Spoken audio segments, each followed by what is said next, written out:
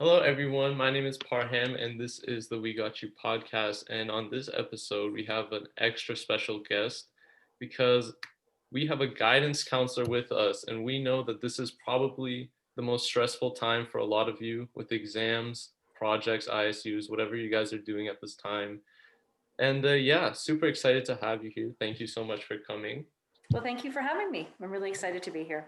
Yeah, so the first question that comes to my mind is I want to talk about some ways to identify stress, right? Because a lot of us feel different types of stress and we don't know why, what we're feeling, how, like, what causes it. So, what are some symptoms of stress? Like, how should we know that we're experiencing stress? I think that's it's a great question. If you don't mind, I'm going to take a step back because I think before talking about stress, I think we have to talk about the fact that there's both good stress and bad stress, right? So, good stress, for example, is what prompts us to get out of bed in the morning and make sure that we're in class on time. It's the thing that prompts us to work really late at night on our assignments because we want to get that A. So there's good stress, and then there's also bad stress. And the bad stress is the stress that causes to excessively worry about things and maybe not be able to get our work done on time. Or when we lay down to go to sleep at night, our brain is sort of pinging with a whole bunch of different things that we're thinking about, that test or assignment, or I don't want to disappoint my parents, or I don't feel connected to people.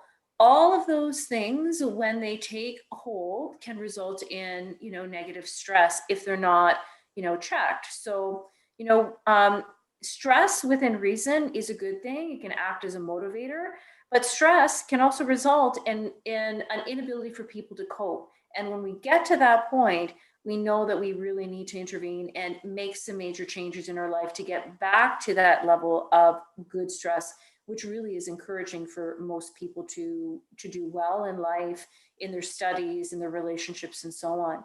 So have you guys ever experienced that before?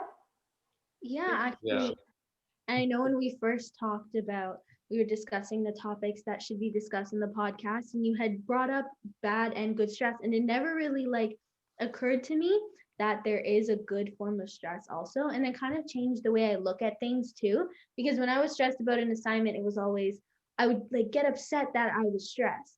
So not only was I stressed about the assignment, but then I was upset because I was getting stressed. And then I started looking at it that yeah, it's good stress, and it's that this is what's motivating me to do the best that I can. And I think that really changed my perspective on a lot of things. Nice.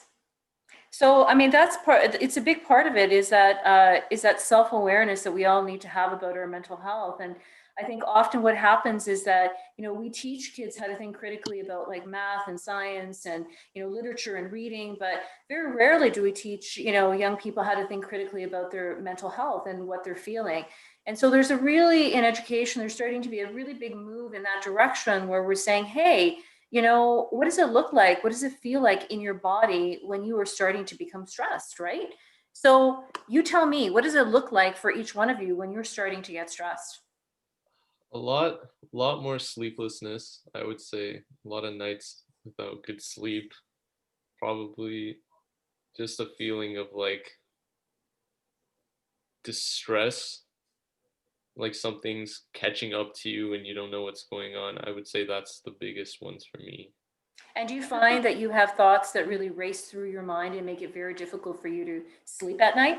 Yeah, for sure. I'll be up thinking about a project that's like due tomorrow or the day after, even though it's like really useless thought because I mean, I'll just deal with it tomorrow if I have to Mhm. deal with it, right? So, So it's actually really amazing because when we think about the impact of our thoughts in our lives, it's really, it can have such a tremendous impact on our mental health and our well being, right? So one little thought like, I'm going to fail this test, or my parents are going to be really mad at me if I don't do well. It has a way of really overtaking the way that we feel and preventing us from actually focusing on the things that are really most important, right? So I call that sometimes the pop rock effect. You lie down in bed and all of a sudden these negative thoughts begin to emerge in your head where it's like this test and I'm not going to finish it and I'm not going to get into university and my parents are going to be mad. So all of these thoughts that are pinging off in your brain at the same time preventing you from wanting to sleep, even though you know that you really have to get to bed and in order to be able to function, well at school the next day, right? And in life generally. So, that pop rock effect is our subconscious, is our um, fears and our worries. And who gives strength to those fears and worries? Who would give strength to those fears and worries, do you think? We do. You do, right? And who has the ability to actually control that? We do. We do. But it has to start with a self-awareness, right? It has to start with you saying, hey, this is actually happening. And so I go back to that original question that you had, a few minutes ago. Well, what does stress look like and what does it feel like? If we can begin to understand what that looks like and feels like in our bodies, then we can begin to put the brakes on and say, hey, I'm going down that road again, and this doesn't feel good to me. And if it doesn't feel good to me, I know that I have some tools in my tool case that we're going to talk about that can help me redirection my thought process. I would say such a significant part of what I see in this job with kids is when their brain becomes hijacked by these negative thoughts. And when you learn to actually take control and power back, because you are the ones who are actually fueling the fire of those thoughts, right? You're allowing it to happen. Once you're actually able to identify what it looks like and feel it like in your body, then you can gain control back and be far more productive in life, right? So you can reduce your stress level. But it has to begin with the self-awareness of what stress looks like and feels like in your body. And I'm probably guessing that no one's ever asked you, what does that look like for you? Has anyone ever said to you, what does stress look like or feel like for you? No, no. Not really, It's very rare. We teach kids, the importance of stranger danger and, like not talking to strangers. We teach kids about, their physical health, but how often do we sit down and say to you guys, really, when you're getting stressed out, because this is life, it's going to happen.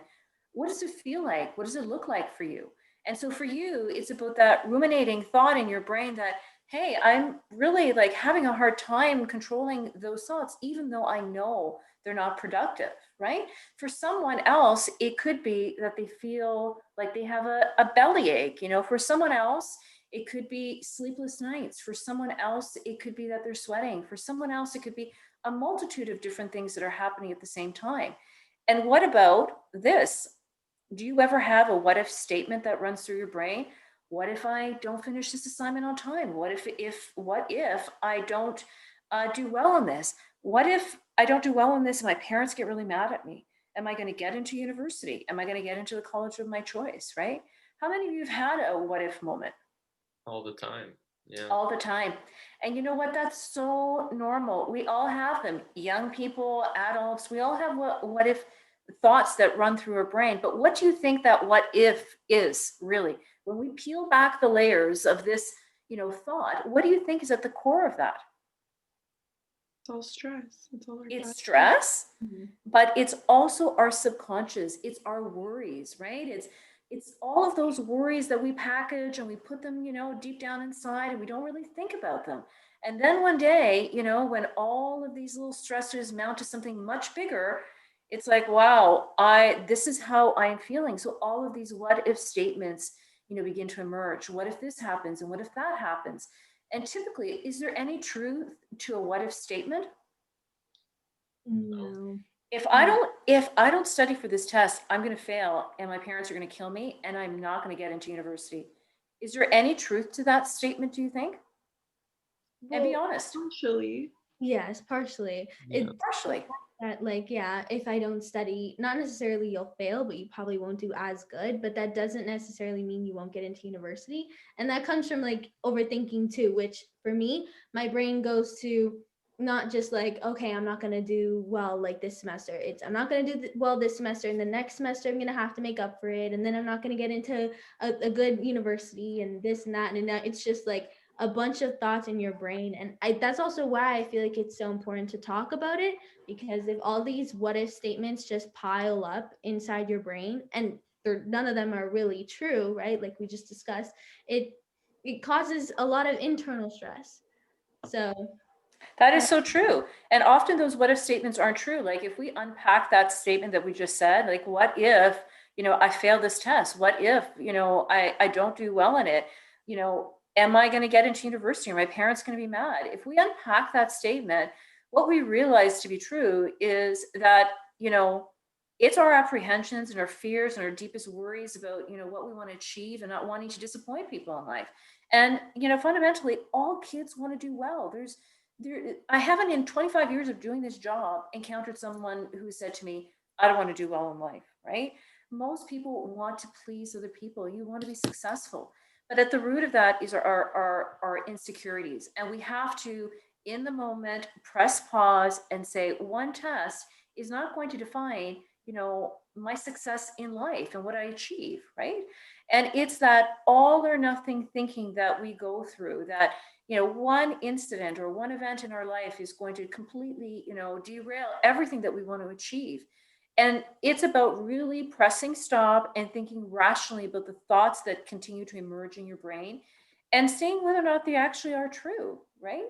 And so that takes a lot of it takes a lot of patience and a lot of energy. I'm going to tell you why.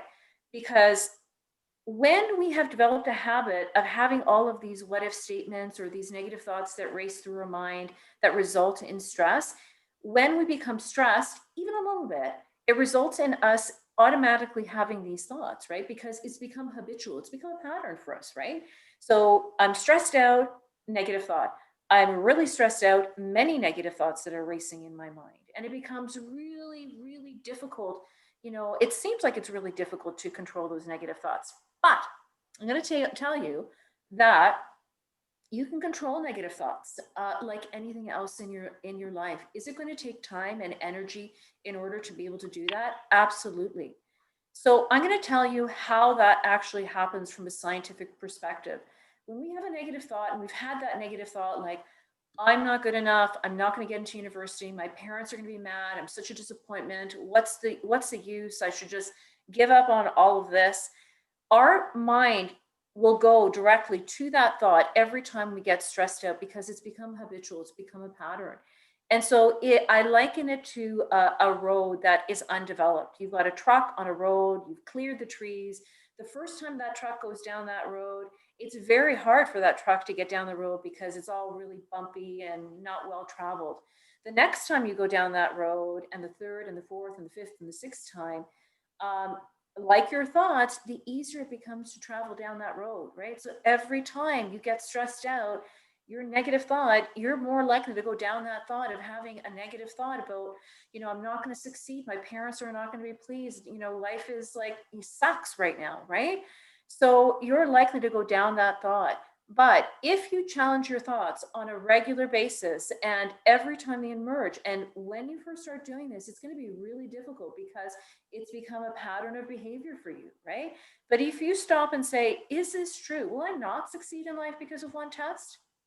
Likely that's not going to happen. Will I have to work harder next time? Probably, that's for sure. Could there be other opportunities for me? Yes. The more that you challenge those thoughts with more rational thoughts, the more we prune that neural pathway in our brain, right? And over time, what happens scientifically is that neural pathway in our brain, it prunes and it gets smaller and smaller and smaller, and you're more likely to go down a positive neural pathway, right? Where you're saying, hey, there's no truth to this. I don't want to spend any more time worrying about this because it doesn't make me feel good. And in fact, not only does it not make me feel good, but it actually distracts me from actually doing the work that I really need to do, right? So scientifically, we know that when you're stressed out, if you challenge those thoughts repeatedly, you will be able to change the direction of the way that your brain functions, right? And in that way, you can take this little teeny thought, which has hijacked your brain, and bring it back under control, right? Because at the end of the day, you're the only person that can do that, right? Mm. Yeah, that's really powerful. I never really thought of it in that sense of like, oh, I'm just an observer of my thoughts. I can kind of control my thoughts and like build a resistance to these negative thoughts. And Mhm. yeah, that's really cool.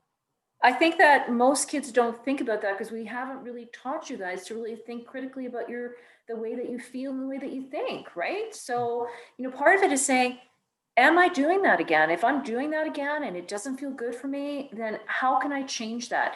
And part of that is really positive self-talk and, that dialogue that we have with ourselves, which, let's face it, we all have dialogue with ourselves, either subconsciously or consciously in our mind. We'll say, this doesn't feel good, or I'm so bummed out, or I don't like this. We have to replace all of those negative thoughts with, a more positive dialogue that runs through our brain. And that has to come from you because you're the only person that can control that. So if you don't like the way that it feels, you need to say, I'm doing this again, and this is not good. Okay. So it could be that you're having the positive dialogue, but sometimes we have to say, wait a minute, I just need to walk away from this because I'm too riled up in my thoughts to be able to function effectively, and do the things that I need to do. So I'm going to take a break. I'm going to journal. I'm going to go for a walk. I'm going to exercise. I'm going to do whatever else that I do. I'm going to talk on my phone. I'm going to DM a friend.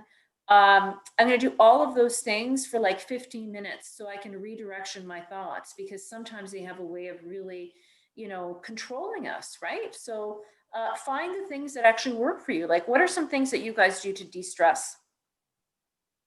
So personally, I make like I have a little calendar book type thing. I got it from Dollarama, and I just write everything I have to do in the day in that, and I just cross it off. And I feel like that really helps me personally.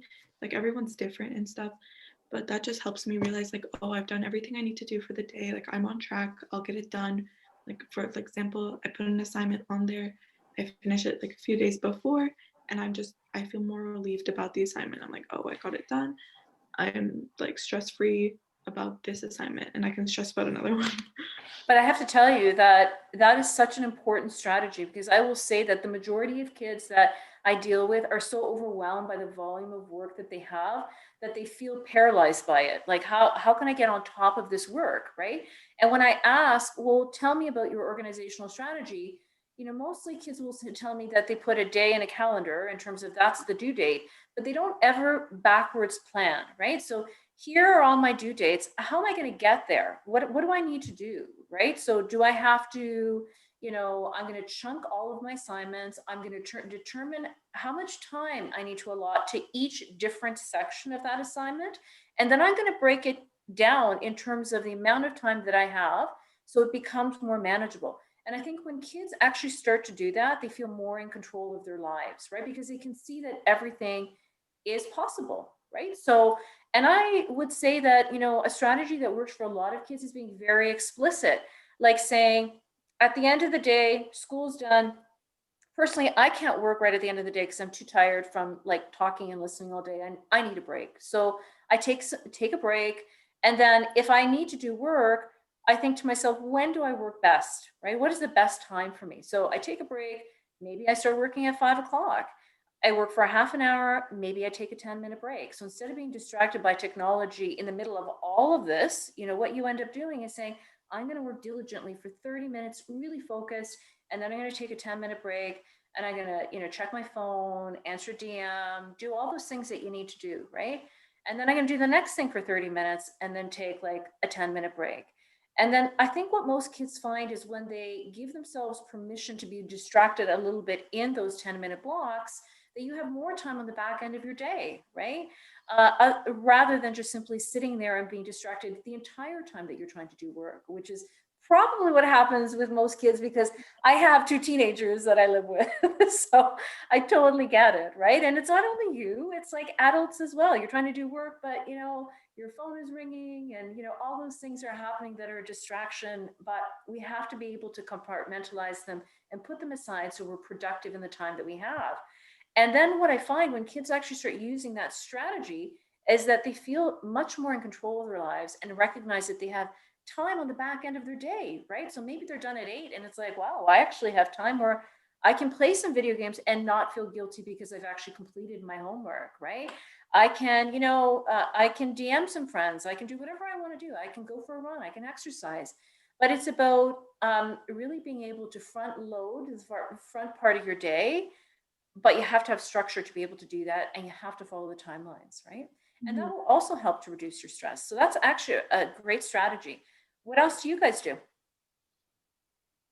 Actually, like while you're saying that, I noticed that when I work, like when the day is done, I'll sit there and I like tell myself like I have to do my work until I finish. And sometimes it'll be like 3 hours in front of the computer, but only like 1.5 hours working or 2 hours working because I'm so distracted. So having what you said about like trying to figure out what time of day you work best, I think is really important. Yeah, that's definitely a strategy I'll use. How about you guys? Do you think that would help? I really resonated with this paralyzed with like work kind of feeling because I wanted to ask you anyways, like I have a really bad procrastination problem where I like leave all of my assignments the very last day. I have an essay due tonight that I still need to like, I have some work left to do, and it's the I never understood why I always left it to the last like few days or last day because it's the same amount of work either way. Like it'd be so much better if I just started earlier, and that was really interesting to hear that perspective. Well, the procrastination, I think, we're all drawn to doing the things that we love to do. And who wants to sit down and actually do work? Like, no one, as a mother, I don't want to make lunches. Like, there's certain things that I don't want to do, like, certain things that I hate, as that are essential things that I need to do. As a student, it was the same thing. So I think that, we procrastinate because we're avoiding things. And there's always a reason why we're avoiding things. We don't understand them. We'd rather be doing other things, we're overwhelmed, or maybe we don't understand how to really tackle the project, or maybe there's too many things that are going on right now. And so that is pretty common, right? And we have so many things, not knowing where to sort of start. But I think when you front load your day and get things done, then the free time that you actually have on the back end of your day is far more enjoyable, right? Like kids will always say to me, yeah, I'm procrastinating, and then I'm up at like 12 o'clock, 1 o'clock, 2, 3, trying to finish an assignment. And so I always say, so you're playing video games. Are you actually able to enjoy your time playing video games if you know that you have all of these things that you need to accomplish? And the answer is always no, because they know in the back of their head that they should be doing something else. But if you front loaded your day with the work and you got it done, you would actually have time on the back end of your day to actually really enjoy the things that are more fun in life, right? But it's about those trade-offs and saying, do I really want to sit down right away and do my schoolwork? Um, Probably not. But I know if I do, it's that mental dialogue that we need to have in our brain. But if I do, I know that I can fit into my day all the other things that bring me so much joy, right? And that's really what it's all about. It's about finding the balance in our lives where we can meet all of our responsibilities, our school responsibilities, our family responsibilities, our and all the other non-responsibilities, but fun parts of our lives as well, right? Mhm. Yeah, and that's actually really like I always realized that I would like even if I'm doing something that I would usually like if I have something at the end of the day, like I'm just not enjoying it that much. And I kind of called that like if I was finished my work, I would call it like guiltless pleasure because it was actually something that I could fully 100% enjoy without having to worry. I I wanted to get into something a little bit more like I don't know, a tougher question, but I was wondering because I feel like sometimes when I'm doing my schoolwork, I'm always thinking like, where is this going to lead me? Is this going to lead me to something that I want to do? Is this like something that I'm passionate about? And I think that really sometimes discourages me from doing my schoolwork is because I don't know what I want to do beyond school. So I was wondering how we could figure out what we really would love to do after school and in our futures so we can work better now.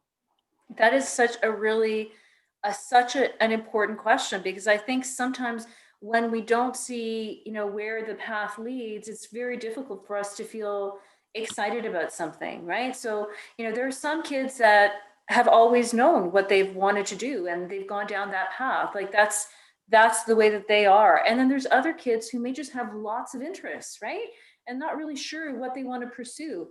I think, I was in that latter group where I just really enjoyed lots of different things in life. And it took a long time for me to figure out what I really enjoyed. But I think it's about thinking about it in a different perspective. We always think about occupations. What's the occupation? What do I want to be in life? And it's not about that. It's about how you see your life sort of unfolding. Like, what type of work can you see yourself doing? for me, for example, what I found in my career is that everything always led down the path in and fell into that helping profession. So, I have worked in guidance for like many years. I worked, as a consultant for the board. I worked in social services. I've worked in an open custody facility with young offenders. I've worked in a treatment center, with kids that had complex mental health issues. And so, when I look back at my career, my educational career, even though there were times where I didn't really know what I wanted to do, I always gravitated to things that fell within that helping profession. So don't feel like you need to know at your age what exactly you want to do. I mean, people will change their mind many times, and you will do many things in your life in terms of an occupation. Don't feel like you actually have to pigeonhole yourself right now. Some kids will know and other kids won't. You need to select the things that really bring you joy and interest and that you have an aptitude in, right? So sometimes we may have an interest in something but no aptitude, so it's really hard for us. We're not good at certain subjects, and I always say to kids, like, would you want to do something that is extraordinarily hard for you for the rest of your life? Like, is that what you want to be doing? Or do you want to get up every morning and say, I love my job because I'm doing exactly what I want to do? Success will come when you find the marriage between your aptitude and your interests.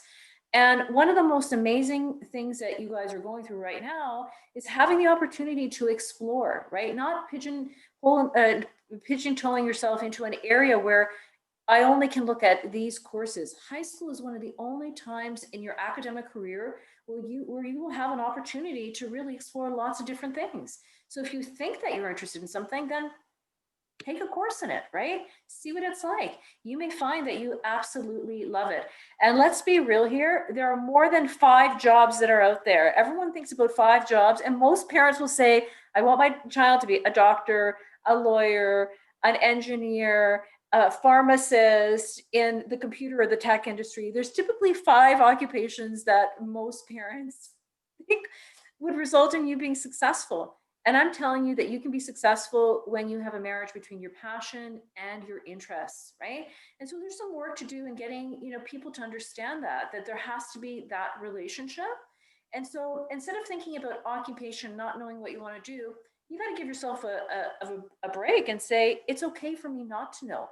And maybe I, need to, go into university or college and do something more general where I have an opportunity to explore and try a variety of different things. And I would say that happened with me when I got into university. It was like, oh my gosh, I love this. This is so interesting. I never would have thought about, doing a criminology degree if I hadn't have, done a year where it was more general for me, right? And people always say, but did you ever use that degree? Yes, in the work I did in corrections, and the work that I did in, when I worked in an open custody facility. I have used that work in different ways in my career. So it's about giving yourself permission to really say, what am I good at? What do I want to do? And then going down that path and exploring those options and not being hard on yourself for not knowing. You're young, right? It's hard to know at this age what you really want to devote the rest of your life doing. It's a very small percentage of kids in 25 years, I can say absolutely definitively will know what they want to do. Does that make sense? Yes. 100%, yeah. I agree. And I even, in terms of Param, what you had said before about the like not wanting to do an assignment because you don't feel like it'll pertain to you like in the future, I noticed that I'll start looking more at the skills that it'll give me. So for example, in math, I know that like I won't need the Pythagorean theorem, or I won't need to know how to calculate like just there's a lot of stuff like in school that we don't necessarily need, but I started looking at the skills that it'll give me, and that has helped me a lot also. So although you may not be using the Pythagorean theorem in math, it's still teaching you like a work ethic, and it's teaching you like how to persevere within your work, which is really important like throughout university, because even in university, like for me, for example, I basically do know where I want to go. It took me like high school to figure that out. I switched from science to business, which is a huge, it's a big difference. But first year university, I have to take like accounting if I want to go into marketing. And I don't really like accounting as much, But taking those courses in high school, even like in grade 9 and the mandatory courses like geography, it's taught me a lot about my work ethic, and that even though I may not absolutely love something, it proves that I can still do good in it if I set my mind to it. So I think, yeah, that's helped me a lot. That's super important because when you get into university, or college, you're gonna have to take courses that you may not want to take, or when you get out into the world of work, there could be parts of your job that you don't love. And so part of, getting through high schools in grade 9 and grade 10, yeah, there's a lot of compulsory stuff that you have to take, but it's really exploring in grade 11 and grade 12 the things that you want to take that bring you joy and interest and you're strong in. Because I guarantee you, when you marry those two, you'll do really well in life, right? So, but persevering is critical. And if you think about it that way, think about all the challenges that you've had in your life, right? Often kids will say, "I'm not going to finish this assignment. I'm not going to get through it," and what if I don't hand it in on time? Well, you've got to take a step back sometimes and say, what's the truth in that? How often do I not hand something in? And even if I don't hand it in on time, I've actually, asked for an extension. I've connected with my teachers. I've developed some skills in terms of like negotiation. So looking at it from a more positive perspective, even if we don't necessarily always meet every one of our deadlines, right? Mhm. Yeah, something else that I found interesting was this, like you talk about finding success with our passion and our interests. I feel like especially recently with media, it's kind of blinded our perception of success because it's like, oh, money here, you can buy this, you have to be rich, you have to be like look like this. It's really interesting because people go down routes that they're not passionate in just to meet this societal expectation of success, even if that's not what they're interested in. I think that's something that we all kind of face, and it's hard to kind of teach ourselves to break free from that. I think that's a really great point. And often what you find is that people will go down a path, and it could be for, financial gain that they're going down to a path, but it doesn't mean that they'll always stay there. And if they really are unhappy, then you see later on in life that people make shifts out of that because they're not fulfilled in a very different way, right? At the end of the day, you have to really love what you're doing. And I always say to kids, how much would you like to do this particular job out of 10? And if you say to me 5 or 6 or even 7, that's not good enough. You should be, every day getting out of bed and saying, this is an 8, a 9, or a 10 out of 10 for me in terms of what I want to do. And if you're only doing it for the financial gain part, later on in life, you're going to find that, that you'll be less satisfied with your life because you're not doing the things that you really want to do. And that's where we see people that go back to school or decide later on to change their career because they're not satisfied really from more of an emotional perspective with the direction of their lives, right?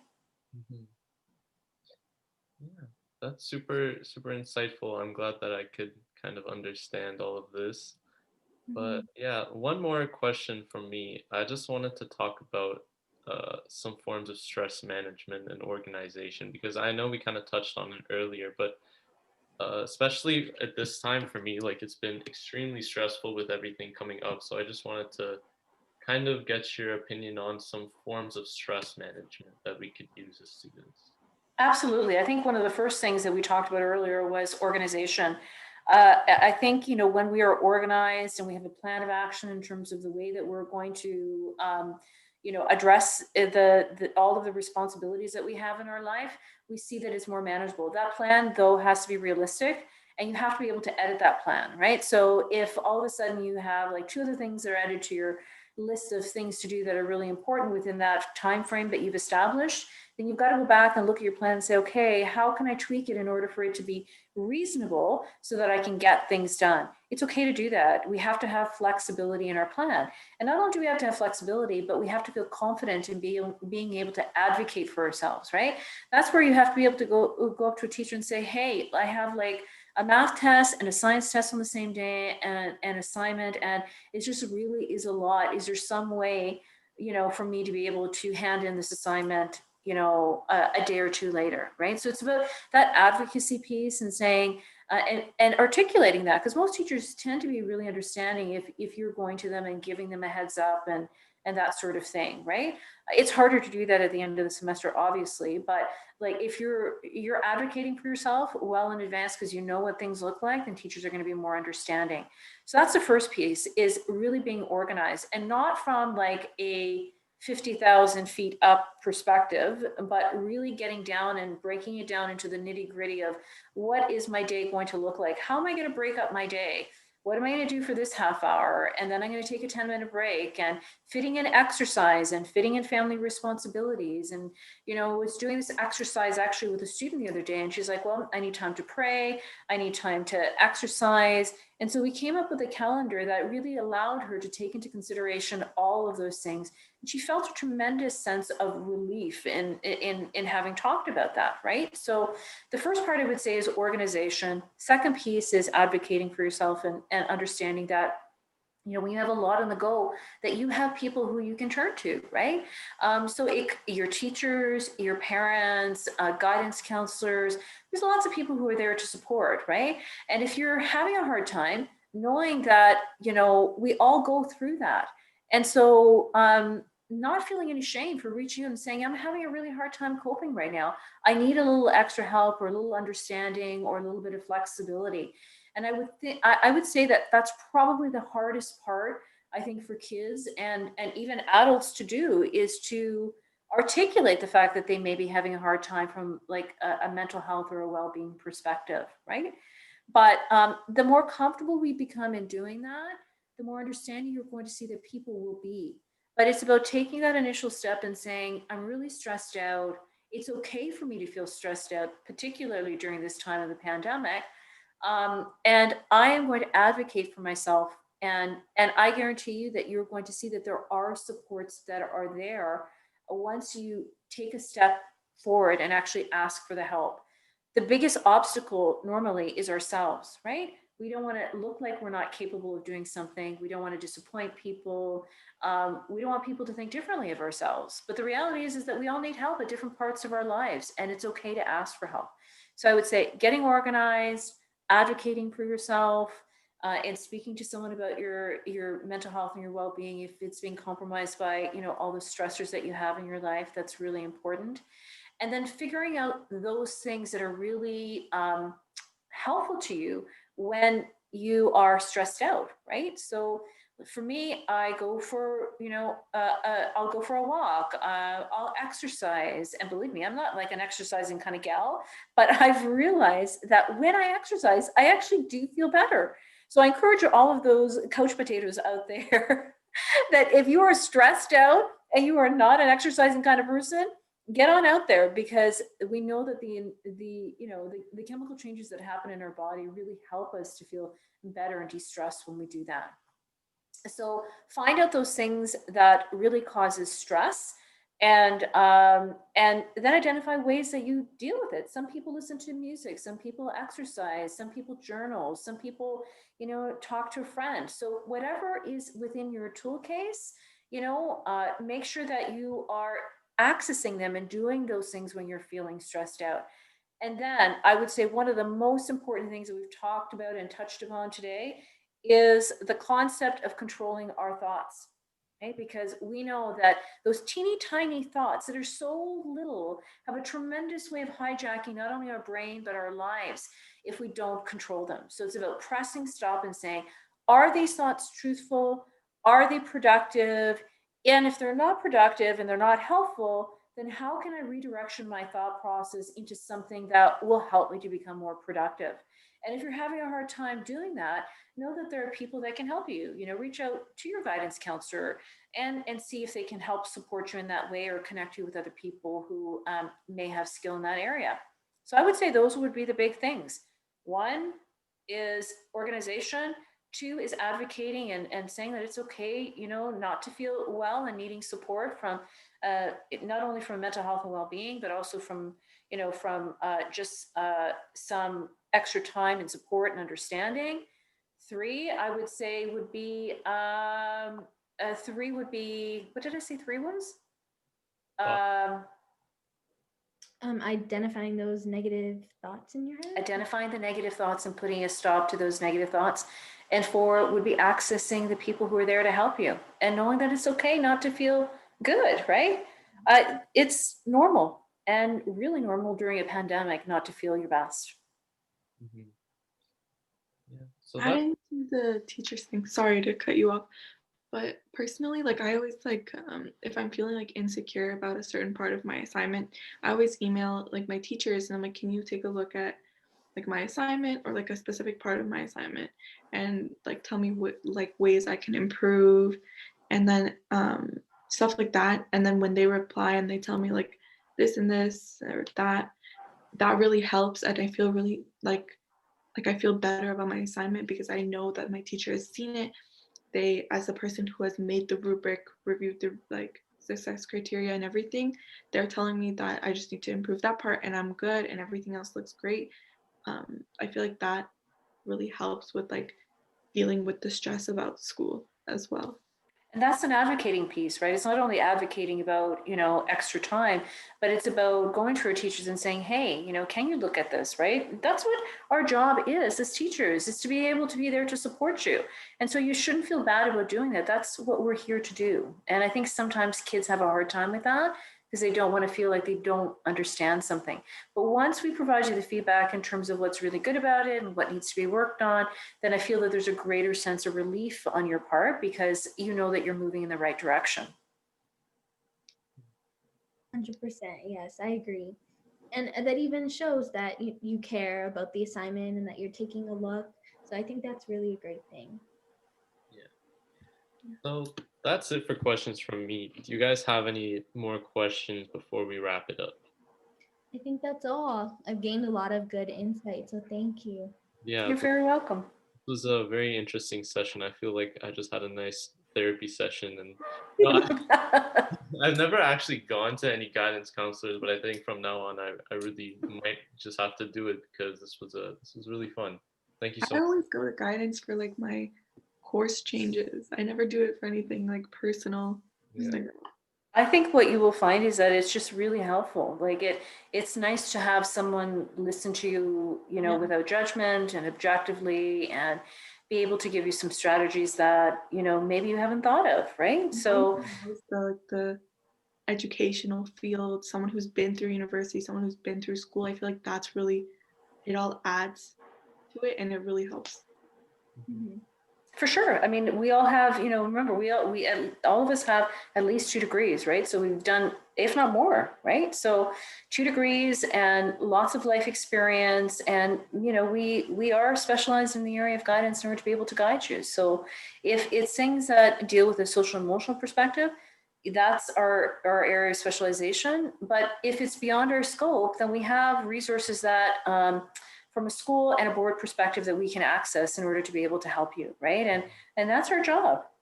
Yeah. Thank you so much for coming. This was You're very welcome. so. This is the We Got You podcast. I'll see you guys on the next episode. I hope you guys enjoyed. You can follow us on our Instagram. Be sure to like this video if you're watching on YouTube. And thank you guys so much. Bye. Bye everyone.